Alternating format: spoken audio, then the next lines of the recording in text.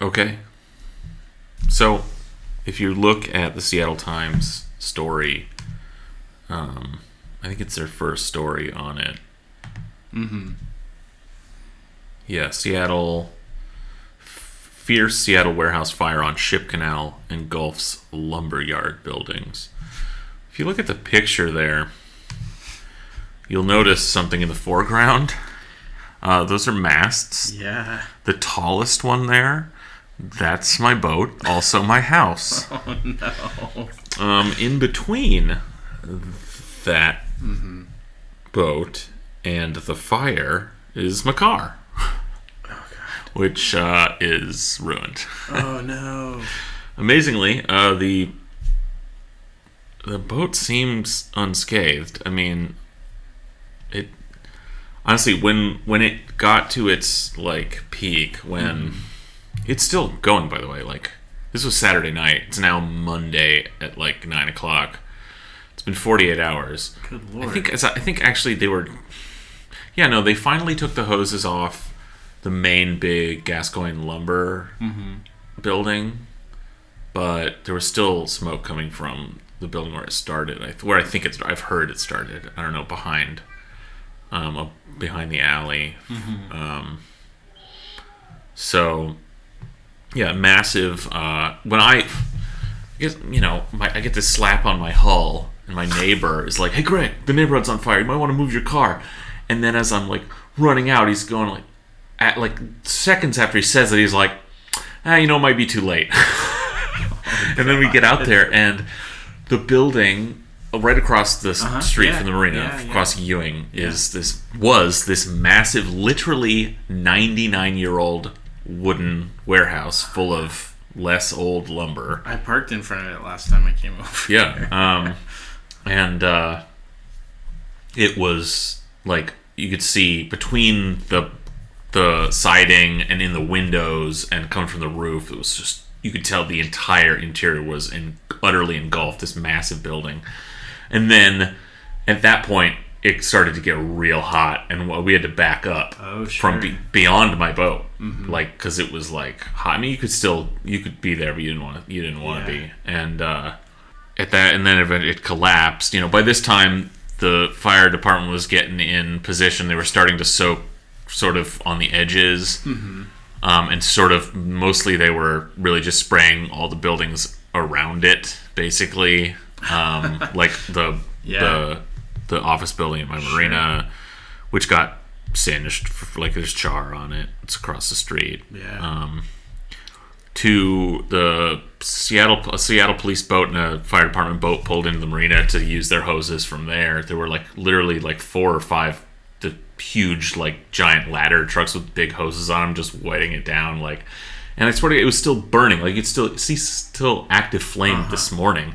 Yeah. And smoke coming still later in the day. I think they finally got it down to just the back building, because it was just a rubble. They'd just been out there. Now there's all the cleanup crews and everything. For the life of me, I still can't.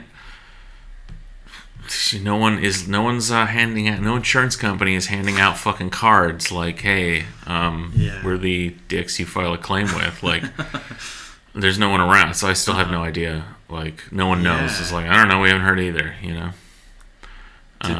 Did they have any idea how it started? Not yet. They're not saying yet. I mean, these were like industrial, like old, rickety industrial buildings. Like, could have been anything. That's wild, though. Yeah, it was nuts to watch. So then it just collapsed, after it got hot for like 10 minutes, like really burning. Then it all just like fell in on itself. Sure. And then they just were, it was an incredible, I mean, some of the photos do it justice, others, but you can't really, like, it was literally like there were flames like 20, 30 feet in the air, like just over this massive pile of, I swear it was still shooting flames after they'd soaked it all today. Like, there was still like shooting flames, like you could see buried, but they were like hot, like flames going. They were just had a hose on for over a day, Yeah. It was nuts. Anyway. That is totally nuts. Yeah. Somehow, Sunday, I actually took the boat out sailing. Because I'd planned to with my buddy Ben. and we just did anyway. He showed up and like, what the fuck happened here? But Yeah, this looks very different. I was like, oh fuck it, let's go. So yeah, Jesus. Well, I don't know. Yeah, I hope that you can find some kind of recourse for that. I'm glad you're safe. That seems thank you. Yeah, it doesn't look like anyone got hurt, but that's very fortunate. the other cars parked along there fared worse. They're like look like melty husks. The trooper did okay, but it's still gonna have to be totaled because it's like you'll never fucking track down all the little melted shit in there and just other shit that looks fine but you don't know. But isn't, yeah. Yeah, anyway, that's my fire story. I was there. I was standing, 50 feet from that. Wow. Just watching. I watched the whole thing, Well, great. Sat there with a beer, like, on the dock for, like, 2 hours and just watched the firemen, like, do their thing. That sounds surreal. It was deeply surreal. But I'm wondering now, since we have this show, I mean, you didn't start this fire, did you? What would give you that idea? Well, we just can always use things to talk about. So. Oh, I thought you were going to describe some sort of radical political motive.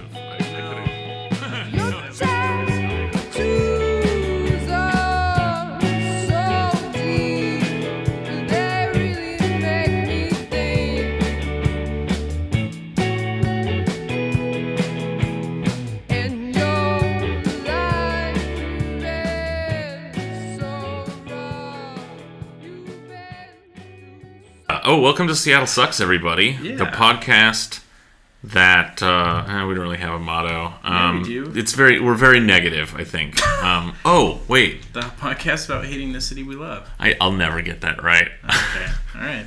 That's what it is. So, that is true. That is what this podcast is about. It's, once again, sincere apologies. It's just me and Colin going through the motions because life is hard. I was out for a month, out of town.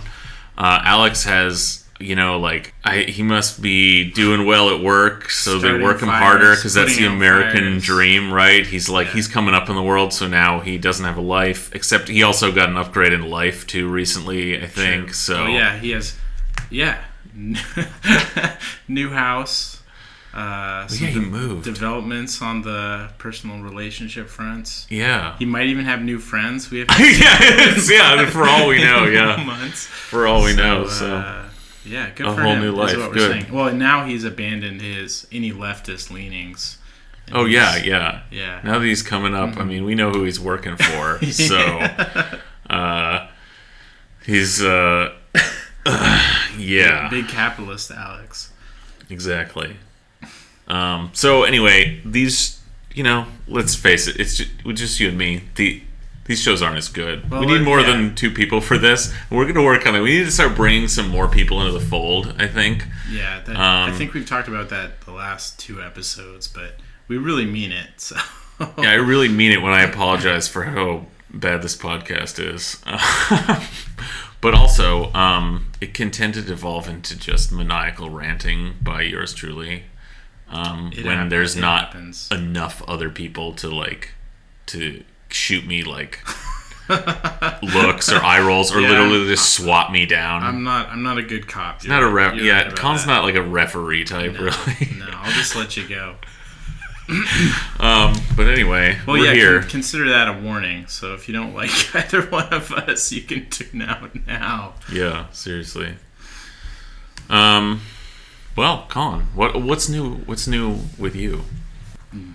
Honestly, nothing is new. Oh, that sounds nice. New with me at all. You voted, right? I did vote. Yeah, I did vote. Any votes you're particularly excited about? It felt good to vote for Darren Morris, even though, as we talked about on our show and as we knew, it meant nothing. Yeah, presumably, yeah. I also cast a vote for Darren Morris, confirming, as I looked at my ballot, that was still a possibility. Yes, which it was. Really makes it baffling that the stranger endorsed his opponent. You told me that also you maybe had a little surprise vote for 36th District position 2. Friend of the show. Friend of the show. With 25% of the vote, including so, yeah. one troll vote from me. That's a thing, everybody. You can vote as a troll.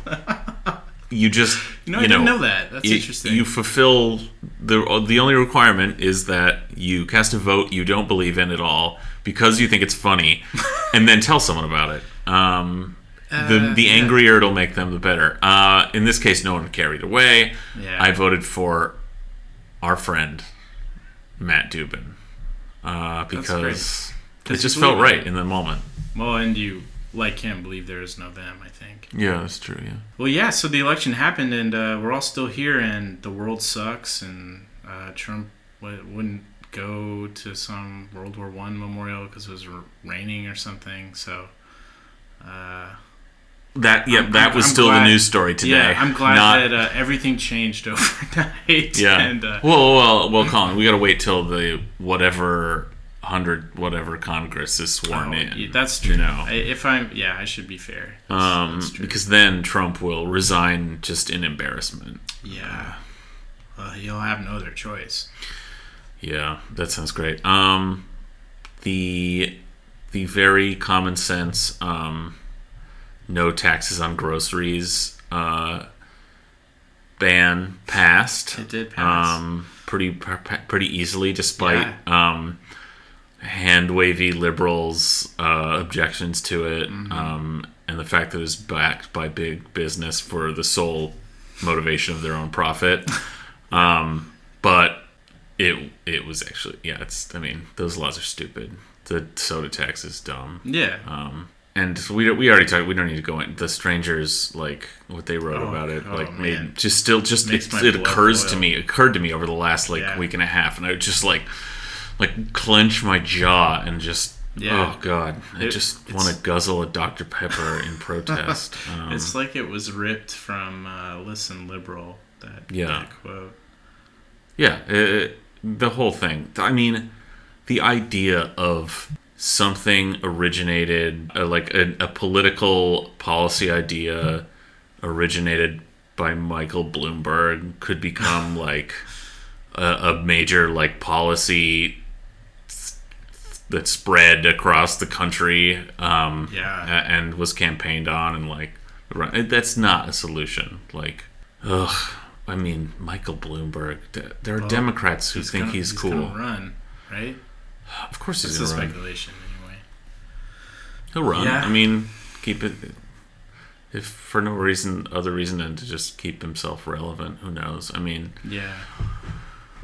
I don't know. He's... Or he'll at least, stoke the suggestion that he'll run so that he can speak at a convention again. But which one? Okay, anyway, so the point is, Seattle still sucks, as does the nation and the world. Yeah, if you really thought we were going to get out of it that easily, then you have not been paying attention. Well, what's funny is, the line from the center was, when this big wave happens, that it's going to make a huge difference. Yeah.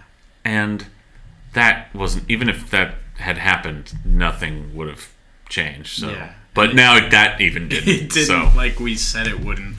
And we already have Pelosi coming out calling for finding common ground. Yeah, instantly. Yeah. Instantly. They're which I think we also called. Yeah, that's exactly what we said. They are incapable of learning any lesson or developing any this is what their politics are. It's the third way, centrist bullshit. All they care about is to them, their politics, their ideology is compromise. Yeah. So yeah, you're right about that. It's smart people coming together to find real technical solutions. So that's it. That's all they have. And the alternative would be to actually fight for something that they'd have to deliver on, or that would go against the interests of their corporate donors, or So this is a good. You got to find something good to say. Compromise to some people sounds good. Whatever. Anyway, yes, we called all that as did plenty of people. I mean, it's it was very clear that was what was going to happen when Nancy Pelosi, her way of bragging is extending an olive branch to the scum of the earth, the literal demon people, like actually evil Yeah. scumbags called Republicans. Anyway. So anyway, that let's not waste any more time on that. Yeah, it's over. It's done. Whatever. It happened. But wait, let's not actually move over to this quite yet, because Colin, you wanted to congratulate someone, I think. I did. I mean, maybe our republic and the world at large lost in large part last Tuesday, but there was one big posthumous winner, and that was Paul Allen, whose donations to 1639 helped propel it across the finish line. That was the Big Gun Initiative. His last act. As far as we know, his last political act. So congrats, Paul. Paul Allen, still up dead. There in heaven. Yeah. He's up there with Jimmy right now. They're back to back. Yeah, or doubling up parts. Oh, man. Good for him. Wow.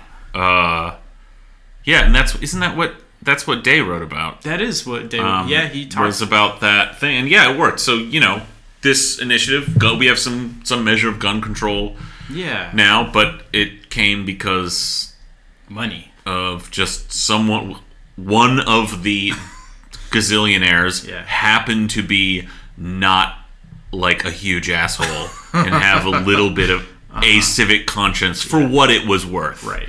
And it wasn't worthless. It was something, we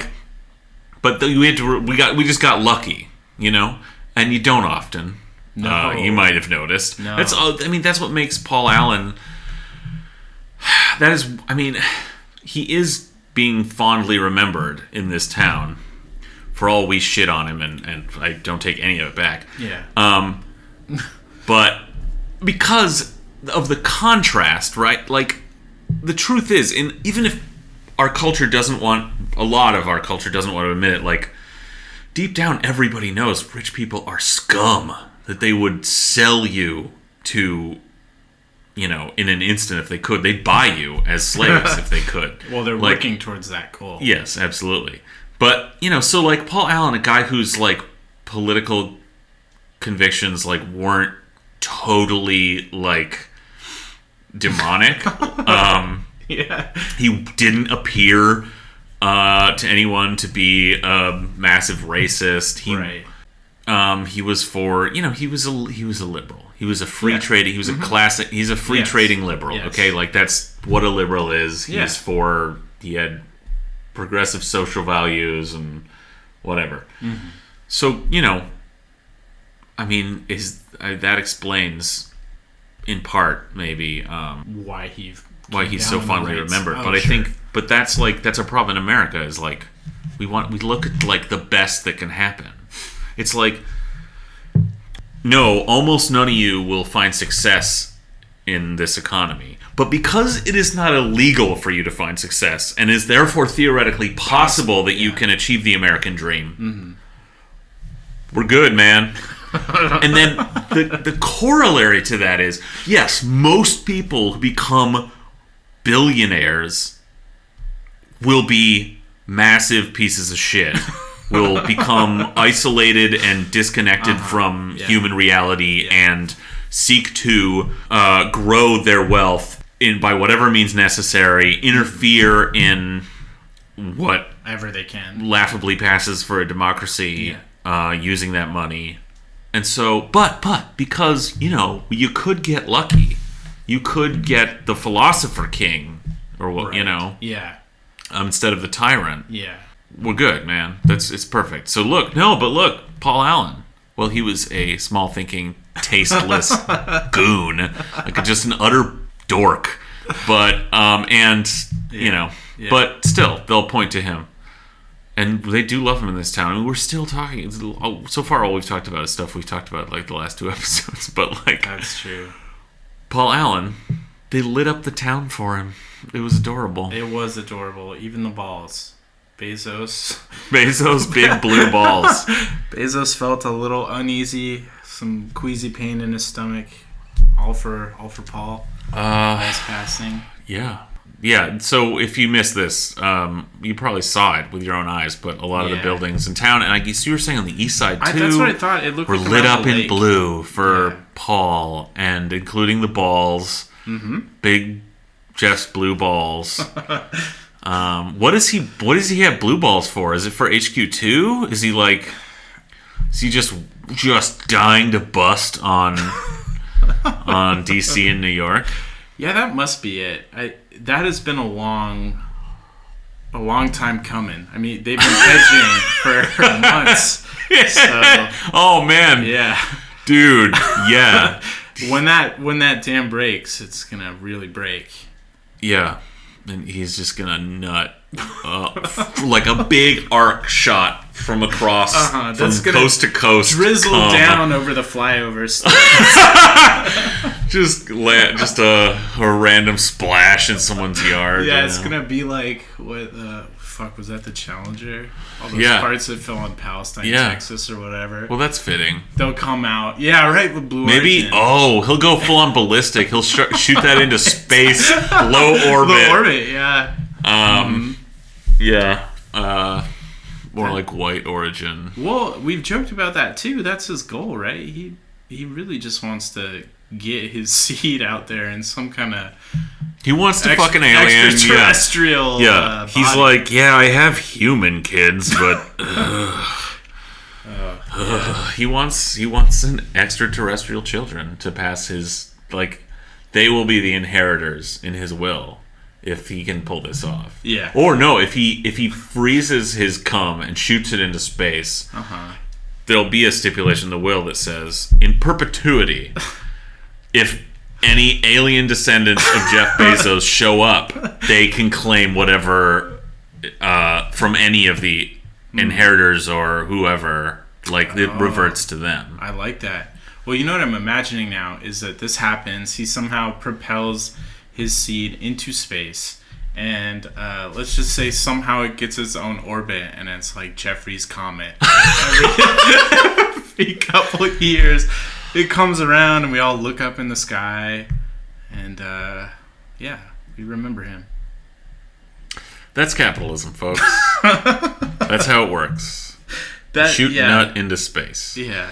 If you have enough money, that's what occurs to you to do. God damn it. Fuck, man. Wait, you told me something that fucking blew my mind the other day about this. It was after we had recorded that show. I wish that I had noticed this before because it must have been up. But as I've talked about on the show, if you're a longtime listener, I'm a resident of the Hell Zone of Magnolia, where we are recording presently. Don't tell the neighbors. Yeah, no, do not tell the neighbors, or we will die. There will be extraordinary rendition into somebody's panic room, and you'll never see us again. But if you've been on Magnolia, pretty much the southeast part of the island, I guess, or of the neighborhood now, is kind of on this big cliff, and there are these giant homes that must be honestly multi-millions of dollars, and some of them are garish and disgusting and whatever. But if you're driving towards the bridge, you pass all these, and you get a nice view of the sound, and someone has a giant flagpole. And they had been flying a pretty big American flag. How big? Wait, how big is their standard, their day-to-day American flag? It's like a big, ridiculous one? It's pretty big. I mean, it's not like industrial size, but big for a neighborhood flag. Yeah. And they have a full pole, not like something sticking off their house. It is a pole in the yard. Yeah. Does it also have the Marine Corps flag? No, just a single flag. POWMIA or No, I've only seen one flag, and I would say, honestly, it's probably 15 to 20 feet above their house. What the fuck? Yeah, you see this thing, right? So I'm driving one day, I can't even remember where I'm going, and I see they're flying a 12th man flag. And that fucking flag was at half mast. It was at half mast. I am not kidding. I couldn't believe it. And it had to be for Paul. What else would it have been Of course. for? That's so good. It was too good. It really was. This rich Trumpite hog, like in their giant McMansion, thinking like, man, a real American died today. Yeah, fuck. They probably go out and salute it every day or something. Yeah, does it come up and down? Like, do they take it down at night? You know, I don't know. They probably do. If you've got a flagpole, the suburbanites are lazy. They're not doing that shit. Well, they might have hired somebody to do it. The gardener has to do it in the morning and has to like, or do a little ceremony. It's probably some neighbor kid. Yeah, do neighbor kids still do jobs? I think no. Like, childhood jobs have been forced out of the economy by like poor adults and elderly people. Like, that's who are at McDonald's now. Is all like geriatrics. There's no kids have any kind of a job, even like a mowing the lawn job, because that's all like immigrants. They just can't compete. Yeah. Because why would you hire an idiot kid for less than minimum wage when you could hire an adult who does that thing for a living? Needs that to survive. Yeah, awesome. I think that's a lesson for kids. If you're a kid and you're listening to this show, drop out of school, get hungry, and then maybe you can find some clients, I think. Yeah. Well, you can't have like shit like school interfering with. Yeah, like, exactly. You gotta be if you want like a paper route, you gotta be available. You need to be available to do like all the paper routes. Like, you need to be one person paid to do, if it's about efficiency in this economy. Yeah, absolutely. You need to have a paper route every morning, but also like the late edition, like the whole thing, all the papers. Yeah. I guess papers are only come around. That's why maybe kids always did it. But now even that's like a classic one actually. That was like 10 years ago people were talking about. Is there now? It was like adults going around in minivans hooking those things. And that's all, because adults will take those jobs. Well, and that bullshit about people not taking the jobs that are available because they don't want to do them, it's horseshit. They're literally taking shit that used to be reserved for children.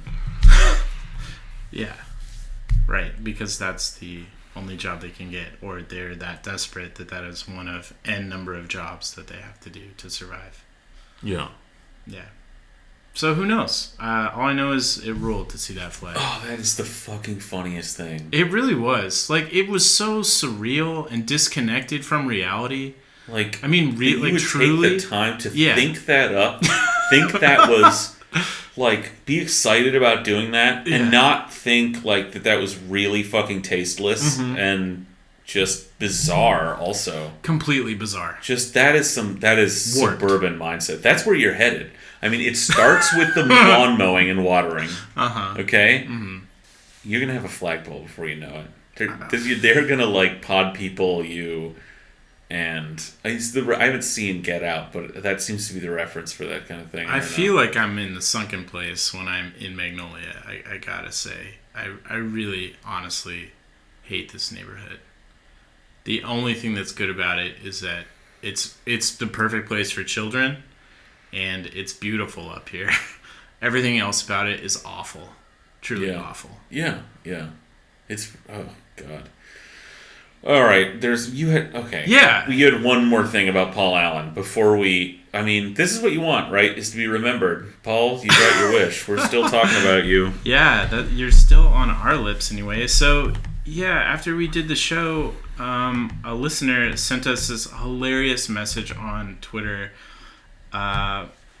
Basically, this listener had a friend who knew Paul and had a business opportunity with him related to writing.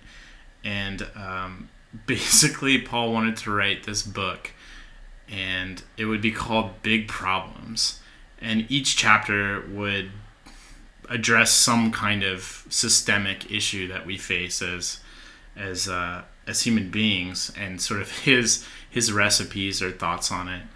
And so the listener pointed out that, well, he really truly was a small thinker, because he would pitch chapters like climate change. It's serious, guys. And animal extinction. It's bad.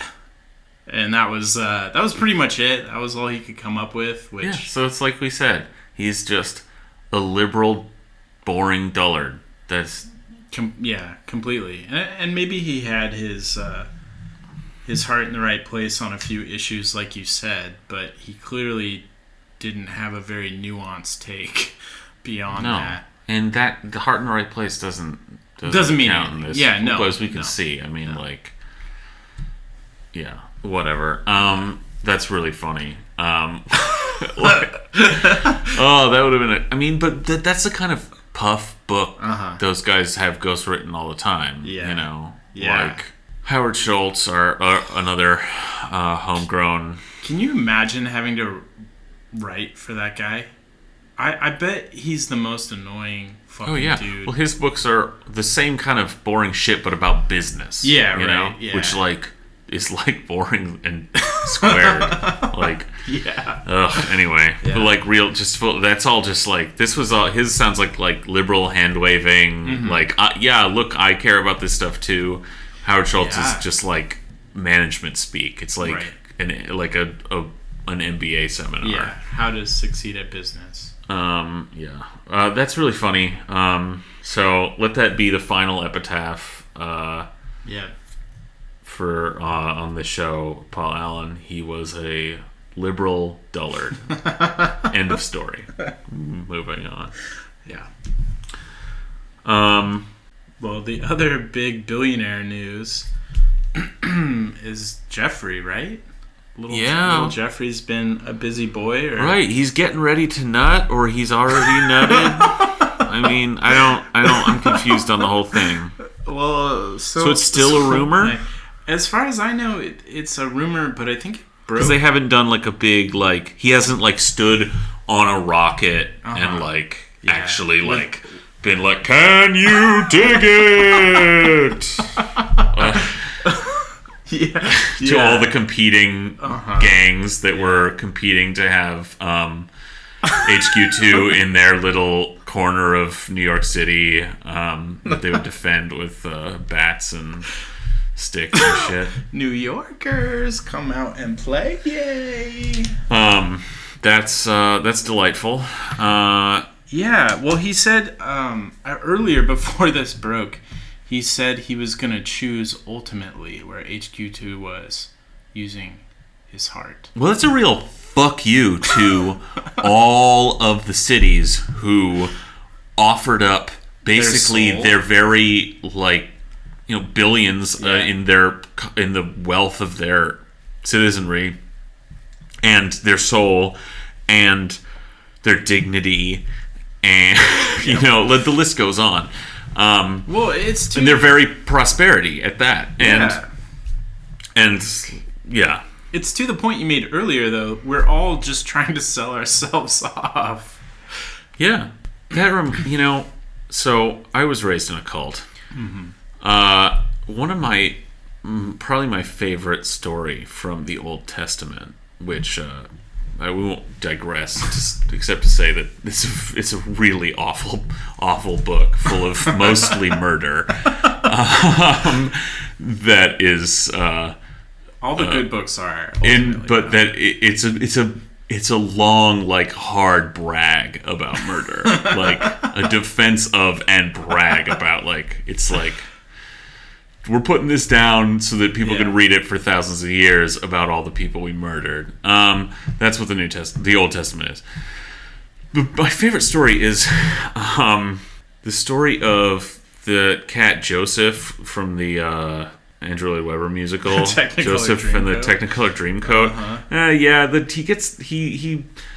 The Dreamcoat doesn't matter. He gets, like, left in a hole by his brothers who don't like him because he's like the goody good. And that's why he has the Technicolor Dreamcoat. Okay.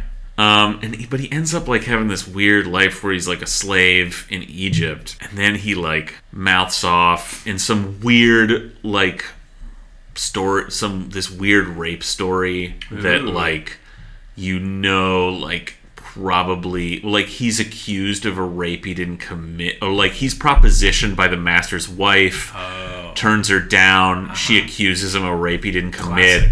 And then if you think back on the fact that he basically wrote this story, like, he probably actually did just rape that lady because he's a huge asshole. I thought he was so good. No, he becomes like the viceroy of Egypt, like a major advisor, because he interprets some dreams when he's in prison for that non-rape.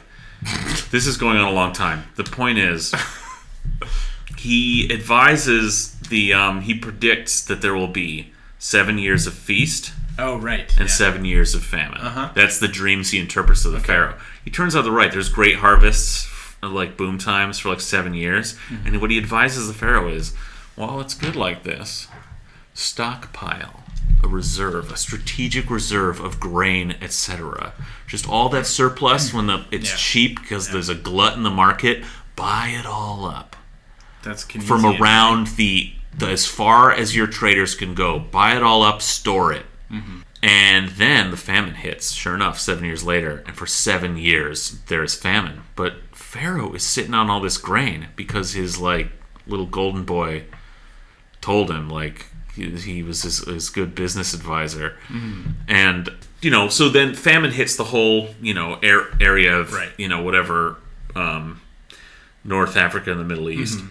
And they're stockpiling all this grain. And do they, like normal rich people would do they just hey guys, it's cool, we got this taken care of, I'm the Pharaoh, everybody eats on me? No. Maybe if Paul was Pharaoh, okay?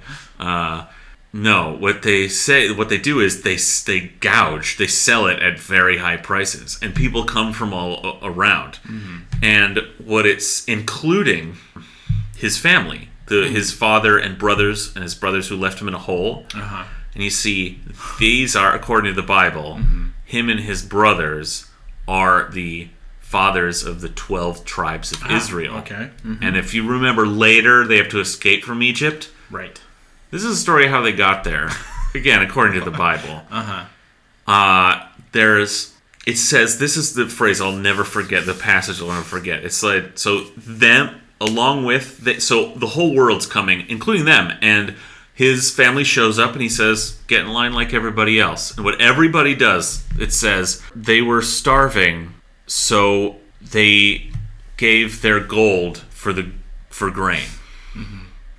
When they were still starving, this famine went on for 7 years, they gave up their livestock for grain. So now Pharaoh has just, in that first year or two, he's collected all the cash. Now people are out of cash. They gave up their livestock for grain.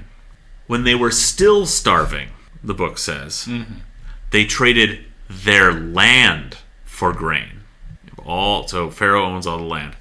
And then it says, when they were still starving, oh, yikes, they traded themselves for grain. Well, and that's the story of how, again, according to the Bible, the Israelites ended up as slaves in Egypt because one of their own had a great idea. He just loved market forces so much, more than family. And that's what rich people are doing to us to this day. They're trying. Forcing us to sell ourselves in order not to starve. That is what bleak. The fuck were we talking about? Jeffrey. Oh, Jeffrey. Yeah, this makes sense now. Yeah, because bring it back to the context. Yeah. That is... I mean, he wants us to, be slaves in space. Yeah. So we were saying he was going to use his heart and intuition to pick HQ2 location. But then the Washington Post, I think it was, his own little inside job there, they leaked a story that said it would be just outside of New York, I think Long Island City, New Jersey maybe. That's where they already have offices, They already have right? some offices. Yeah. And then also in near Alexandria, Virginia, I think. Where they already have offices, Where they already have offices, yeah. Now, maybe he did plant that story. Maybe this was an engineered leak because he's maybe he just couldn't, it's like when he had to break up with all the other cities in the country. Somehow, yeah. And it's maybe he just couldn't, maybe he had to ask a friend, yeah. Will you break up with these 57 girls for me because I just, yeah, Yeah. You slip them this note, please, during gym class. Yeah. Yeah, that could definitely be. Well, this is... So, okay, it's not official, but sounds like it's probably It's right not, on. yeah. Well, it just makes sense. We Yeah. talked about months ago, he currently owns the largest house in Washington, D.C. Yeah. Yeah, we did call that, along with a lot of other people months ago. Yeah, it's not about credit. It's just that he did that. Yeah. It's...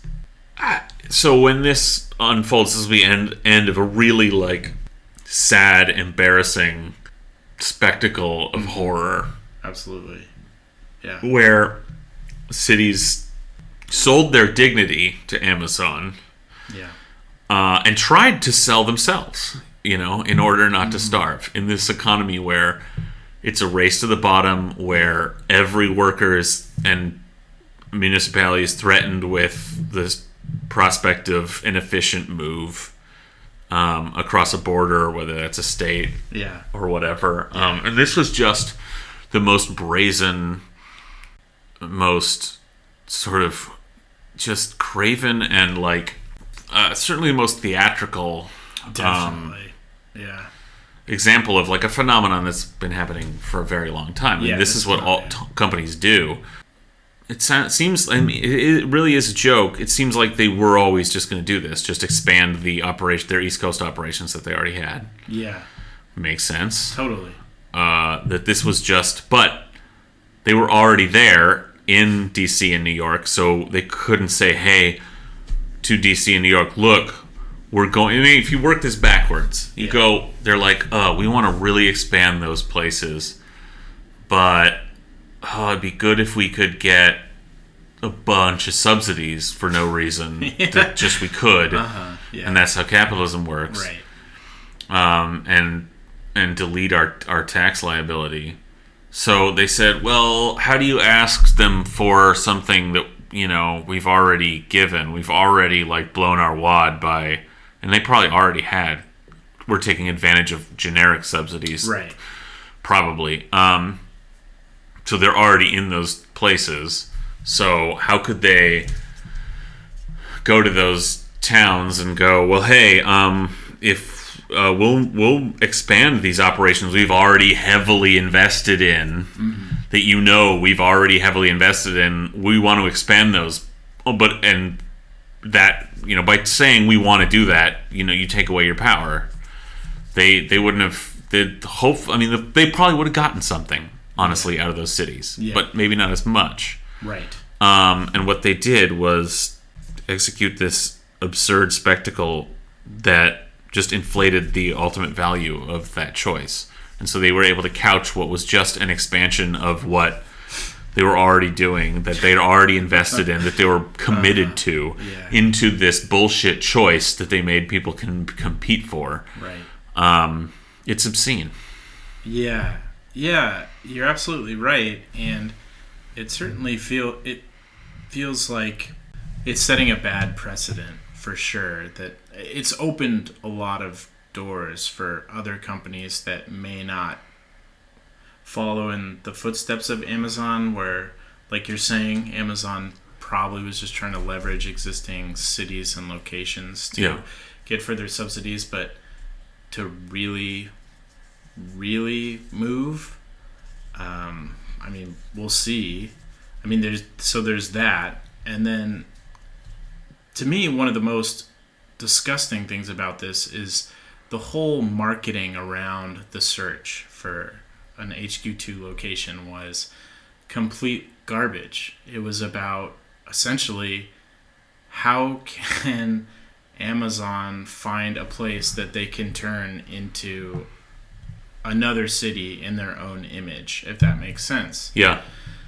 And with this leak, with this speculation that it's going to be New York and DC, that they won't really have that power. They will change the landscape a bit, but it's not like it's especially if these are more outer, like edge of suburbs places. Like there's probably still some room for gentrification in those neighborhoods. Yeah, they will change. I'm not saying they won't change, but I don't think it's going to be Amazonia like Seattle has become. Yeah. It's not going to be that sort of carte Right. blanche. If they picked like somewhere, some like dying town in the Midwest or something. Yeah.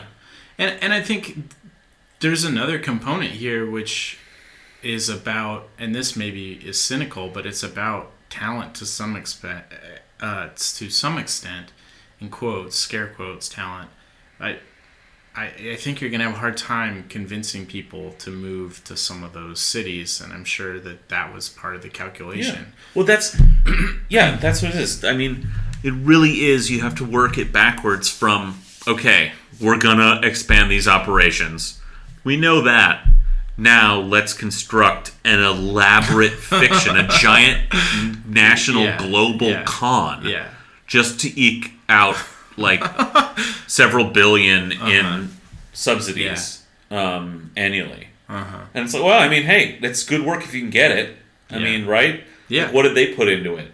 A team of fucking executives and marketing people, a few press conferences, some paperwork, some forms to fill out. Yeah. They had to pay someone to read all those things, maybe. True. Yeah. Yeah. Actually, they probably did. They probably had to send back like something. Actually, I don't know. Anyway, so what they spend a couple of $1 million doing this, and they get back several billion annually or something. Yeah. Yeah. That they would have otherwise had in like tax liabilities or what have you. That's capitalism. If you have money, it's really easy to make money. More money, yeah. For the amount of work they put into that, I mean, you and I can't get that return on our labor. No. Not in a long shot. No. But, yeah, I mean... Well, that reminds me. Did you see that? There's a Bloomberg tweet going around today that was like, capitalism is broken, and it showed the rate of return basically to the capitalist class, the investors, relative the gain of workers, and that disparity growing over time. And it's like, that's what capitalism is. Capitalism is that working. Is like this is literally Bloomberg News or Michael Bloomberg? It was Bloomberg News. Yeah. But they posed it as this big realization, basically, like they cracked the code or something. It's like, well, like actually, what people have been saying for decades. It's working as designed. Turns out.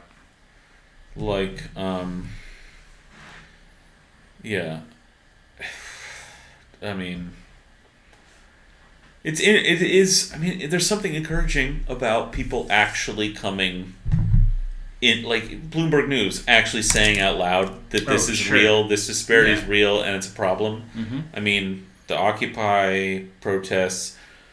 I mean, I've shat on the Occupy protests a lot in the past, but I mean, I think the proof is in.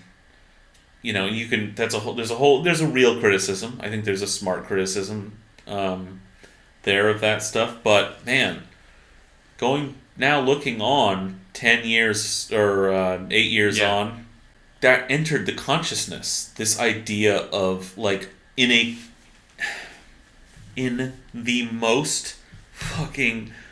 The least class conscious, class conscious, not in the Marxist sense, but like class, I mean that too, but class awareness, least class aware society in the history of the fucking planet. Mm-hmm. Something in that moment, obviously because of the context, like it was the right moment. Absolutely. And people were feeling it, but like that stuck. The idea of the 99% lodged in the Constitution, and other people have been able to build on that, and like people are aware, and now it's even permeated the elite media culture to where they're willing to talk about it. This idea that there is this enormous, like profound, disgusting wealth disparity that is growing at an incredible pace, and that it is bad. Now, then the next sentence from them is going to be like, well, what can be done to save capitalism? Right? And they dodged the truth that is the nature, that is the point of capitalism. Right. That's, I mean, you know, to be literal and pedantic, capitalism is a critique. Like we use it unironically or uncritically now because of like the Cold War, but like a system under which the priorities of capital are the priorities of the society. Like this is what you get. So, I mean, yeah, look, they're talking about that. Thomas Piketty's book, obviously, like, that was like a 1-2... I don't know, I'm looking back, I'm like, wow, it's amazing that shit stuck. Part of it, I mean, it is the reality.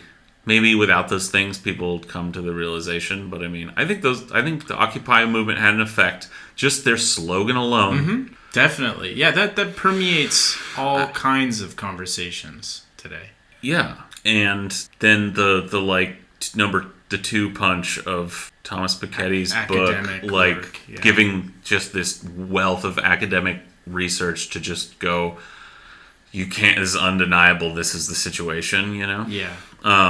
Which weird, it's just weird. Everything else in our society is so shitty. It's weird to think that broke through, that these ideas of class have actually been breaking through. Yeah. In the tiniest way. Yeah. In the last 10 years. Which I guess that's something to be encouraged about. I mean, that's the first step. Yeah, that's what I was just thinking. It is certainly progress. Even before a like Marxist class consciousness of the working class or whatever, class awareness that there are rich people and you should hate them, that's a step forward. Man. Definitely. That's basically definitely. That's a step forward. Yeah. Well, it's certainly a fight against the status quo, though. Still, that we've talked about that on this show. The way that Jeff has been lionized in this city, even. We still look up to these people, and there still are a lot of folks that don't understand that they're the enemy. Yeah, and it's not like the disparity is the conversation. Yeah. But it is a piece that's happening out there. Like, it's not like this is Bloomberg's, like, focus is highlighting. This isn't what they're harping. Yeah.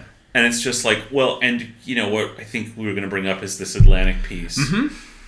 You know, the Atlantic, like Bloomberg, mostly sucks, but they have a wide enough sort of breadth of stuff they're bringing in that they occasionally publish something good. Yeah.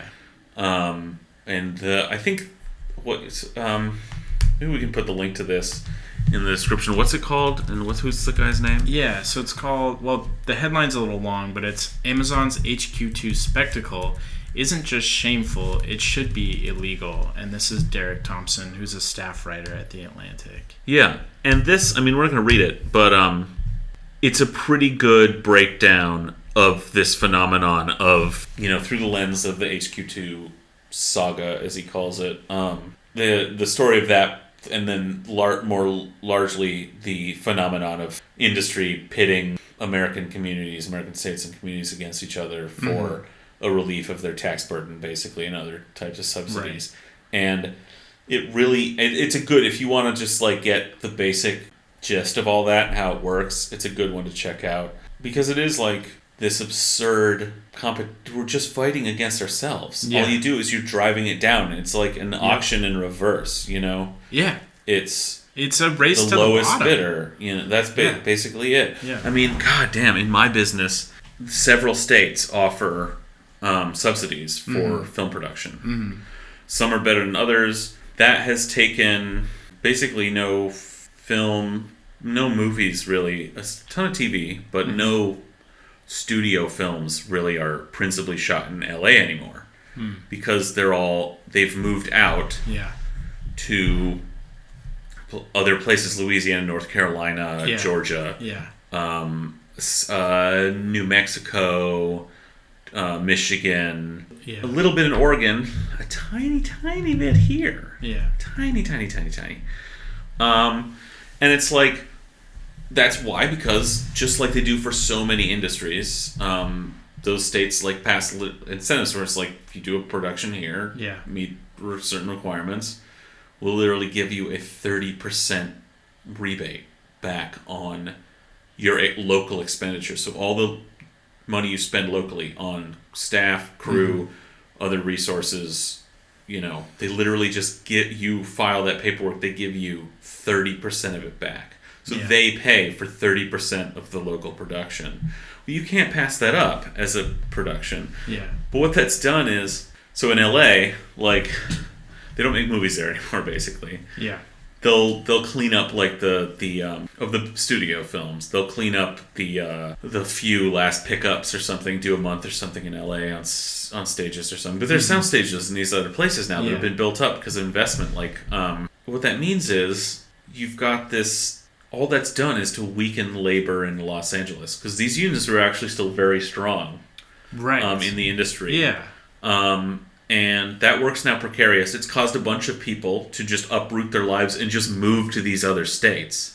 So it's like a huge number of people in LA who were at the sort of a point in their career where it was like, well, just moved to those other states. So what is that? So like, okay, now they're employed there, and then so the state's getting those dollars. They're spent on whatever locally, but like. You just caused a bunch of people to uproot themselves. Right. Well, you didn't create a real job for a citizen in your state. If somebody moved, they did. I mean, but not completely. Yeah, a lot not of people moved, the way but that they then imagined. People also, because you couldn't do that from scratch. Now that shit's been going on in these places for over 10 years. So now there are people who've come up there who are trained. Sure. Who have those skills who are based out of there. Yeah. But it's like, but they don't have the same labor power. Mm-hmm. It has weakened the union's power. It's putting it in a bad position. And you're just competing with people now because now there are more opportunities to get into this like blue collar film work in more places. So you're just like there aren't that many movies and TV shows. Yeah. Now there are a ton of people who just in LA and these other places. Also, you get into the industry in these other places. And you can get lucky and just get on a thing, but it's precarious work, right? It's like gig work. So you might be employed on a TV show for 7 months, but then you're laid off, or you might be just have a month or a week of work. Yeah. 3 days of work on a commercial. Mm-hmm. And the funny thing is, people here. There's always been like a small independent film scene here that for a long time was the beneficiary of the very meager film incentive Washington State has. And it sunsetted at one point. They let it sunset, and like everyone, the whole film community came out and like went to Olympia, and they go to Olympia now every year to lobby for this to make sure it stays because they got it back, and it's like it's still meager even now. They got it back, and Sci-Fi Channel takes the whole meager incentive every year for the last 5 years for their crappy show Z Nation, which is shot out in Spokane. Oh, right. It's a low rent Sci-Fi Channel. I say low rent. I mean, it's probably not a terrible show as like campy zombie shit goes, but I mean, it's the Sci-Fi Channel, so I just have a prejudice because usually what they make is garbage. That makes sense. So that can exist. So a few people in Spokane can like get trained up and have that job, and then that show is canceled. Maybe another one will come back to Spokane, but what if it doesn't? Right. It's just one. It's totally precarious. Those people who are in Spokane, who like trained up for the last 5 years, they're gonna be like, oh shit, do I move to Seattle and have a very precarious life working a commercial once in a while? Do I try to go to Portland where it's a little better because they have like 2, maybe 3 TV shows going on there, and I can maybe get into that? Do I just have to move to LA, or better yet, probably Georgia? And then half the people who work on Z Nation live in Seattle. So that show, that was people like spending 5 months of the year away from their home and presumably family to work on this show because that's their profession and they live here, and it was just about the only good union work you can get here now. Sure. Because most of the commercials are not union now. Yeah. So they could get their health insurance by going out there for 5 months to work on the fucking farm, like seasonally, and then get laid off. And it's like, what? And then all this is just, but they can do that, right? And then for that privilege, they're taking 30%. The state's paying for 30% of it. Yeah. And it's like you've just weakened labor, causing people to just move around at the whims of these states and these companies. It's just a personal example of the sort of stupidity of this. Like, yeah. No, it's just disheartening to hear that because it feels like it's echoing the phenomenon of globalization that kind of really felt like it broke through in our lifetime, probably starting in the 90s with neolibs like Bill Clinton, but that's all it is it's outsourcing. Yeah. It's just when we think of outsourcing, we think of India or we think of Southeast Asia or something. Yeah. But how much easier to just pit Americans against each other. And that's what we're doing, and that's what Boeing did too. They picked those plants in South Carolina because, like you said, there are no union people there. They could pay those people so much less, and they're needier communities. So people, to some extent, will take those jobs, and it did weaken those workers too, and that's happening across the board. That's happening for tech companies too. And they're getting subsidies. Right, yeah. So they're kind of like double, triple dipping. The company does. Because we've all bought into this lie, the illusion that having this business will create jobs. The job creator. And we want to be in the proximity of job creators. Yeah, and in this piece, the Atlantic piece, he cites a study that says basically there is no impact in job creation. So it's a wash. Yeah. And I know that's one study. I'm sure we could find one that found the opposite, but it's almost like CEO pay. All the studies about CEO pay is like, it turns out CEOs don't actually really matter that much. Yeah. And it's just kind of the whims of the market to some extent. Well, it's like the rest of our whole economy and our politics. Yeah. It's a big con that is about robbing the bank. Like, it's about... that's sure. It's a grift. Robbery. Yeah. It's a big... But it's a very... This is how class works, okay? A class is like a group of people who can behave as if they are a conspiracy without needing to really conspire, okay? There's a whole... This, like, business-friendly sort of ethos has a whole, like, intellectual tradition, has white papers backing up, has media presence, has books written about it, has political law, has then lobbying at the end of it, and then, so that's all they have to do is just tap into that, like, oh, this is a way people scam money out of communities, is... say we're going to bring jobs to your good jobs to your community, and so what if you're just taking them from somewhere else? We're all just losing in the end. Right. Yeah, which we know and we've seen and continues to play out across, sounds like, every industry imaginable. Yeah. Yeah. Very disheartening. And that's, that's all I have to say about that. Yeah. And fuck Amazon and totally. The horse they rode to every town in America on. Yeah, and honestly, I've said it before, but I'm actually, frankly, pretty happy that the mainstream media has seemed to really start to pay attention to Amazon and cast them in a more negative light. Well, that is kind of amazing that this was so brazen and so deceptive and just... Yeah. Creepy, and so that like people aren't letting them totally skate on it, but ultimately they're gonna get their money.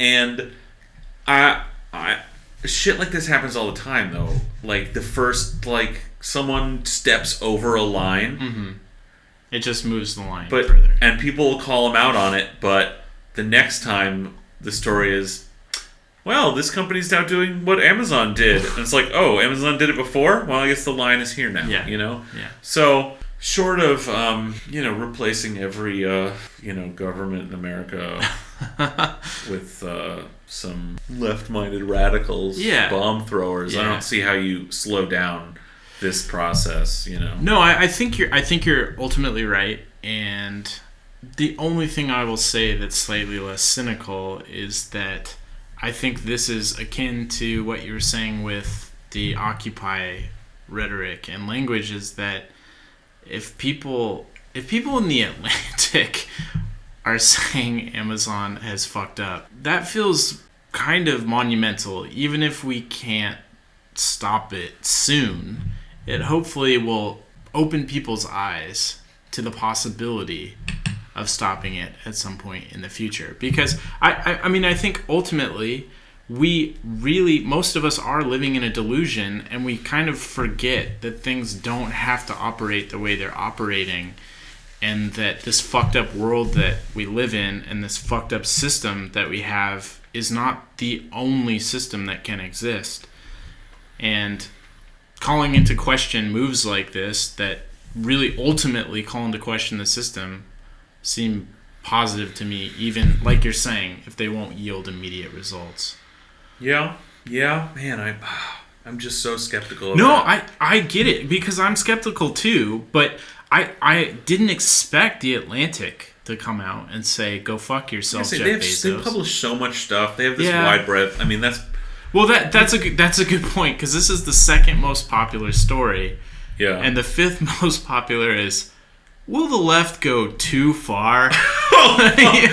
So yes, yeah, yes, we will. Yeah, I think you win this round. I guess. I was gonna say, like, well, what do do you see Jeffrey Goldberg like poo-pooing? No. The Amazon thing, and then I'm like, well, wait, actually, I don't know, and that's what's weird is like, what is it about the way Amazon did this? Maybe it's the Trump thing, actually, because if you look at the first couple paragraphs that are about how essentially this was reality TV. Oh, fuck. That this essentially is so disgusting and base and violates all norms and civility. Oh, fuck. So ultimately, so that's what it is. It is just a neoliberal, like... Yeah. Oh, fuck. So all it is they were too brazen. It was too out in the open. Yeah. They didn't go, the gentleman's agreement of, like, you do this, you follow these steps. They're like, no, day one mindset. We're going to start from first principles on this. Yeah. Go big or go home. Nut shot into space. And everyone thinks it's gauche. Yeah. I mean, that is... Yeah, no, that's it. That's it. I think fuck this world. Yeah. Oh, shit. Wow. I didn't think we could go darker, but... wow.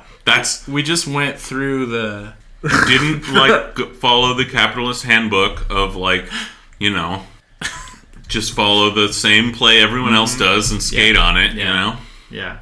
Hide it in some Byzantine language somewhere in some document that no one will ever read. Yeah. Wow. Shit. Right, and it was such a... I mean, he came in just waving a big dick. Like, come, crimp yourselves and line up in a row, and I will pick the whore that I fucked tonight, it was like LBJ taking Jumbo out for a while. Yeah, seriously. Yeah. And maybe, they've just had to deal mostly with the city of Seattle, and they got a little cocky. Oh, that's another good take, dude. Yeah, that's all they know. They've been working with small town players. But it's worse. It's not just that. It's big city neoliberal technocrats, not Democrats. Well, that want to be, that aspire to be New York City. Well, they're like, but also they're the perfect. See, that's their big fuck up here. Yeah, the perfect audience for this pageant was the city they already lived in. They were playing they were preaching to the choir. They were, yeah. They were playing to the home audience, but they were on tour, Like, this shit, if Amazon was never here, but Seattle was otherwise had the same mindset, and the people who run the city, the techno-democrats, Yeah. and this pageant had come up, Seattle would have just... The biggest issue all year we've been talking about, is Seattle going to fuck this up? Are we going to lose out on Amazon? Because we're fucking getting this thing. It'd be more important than getting a hockey team. Oh, definitely. And, we have Bezos's balls, but I think the Space Needle would probably become Bezos's big phallus. Dick, yeah. As part of the deal. Because we have a dick and a balls now. I can't. Yeah, we can't be the first to recognize that. But I haven't seen it anywhere else. I don't know. It just occurred to me. So yeah, that was our show. Hope you found it funny. Hope you enjoyed it. If you're not already doing so, please follow us on Twitter at Seattle Sucks Pod. Reach out to us. Let us know you're listening. Ask us questions. Come on the show, as we've said. You can email us at seattlesuckspodcast@gmail.com, and we will respond and pretty quickly. You can find our show on Spotify as of tonight. You can also find it in the normal places like iTunes and Google Play. And as we've said the last few times, we aspire to have our own seat in space. So we do have a Patreon if you would like to contribute any amount, any meager amount to nourish us so that we can replenish our stores. Bet you if we got like $10 a month, we might get Alex to skip out on work to come and record this podcast. Well, let's do it then. You heard it here first. $10 a month is our goal. And he'll be like, fuck you, I gotta do a podcast. I'm out, yeah. Then he'll get his leftist street cred back. But yeah, donate if you feel like it. We would appreciate it a lot. And I think that's everything. Man. So yeah, it is kind of litany now, but too many revelations for one podcast. Yeah, we're on a roll here at the end. I don't know. We have had a moment of clarity. We definitely did. I can see clearly through to the brown muck of our world. Well, what I see is flesh melting off a face and flames. And screaming all around me. I don't know. If you want to imagine the future, imagine the Space Needle with its pendulous balls ramming a human ass forever.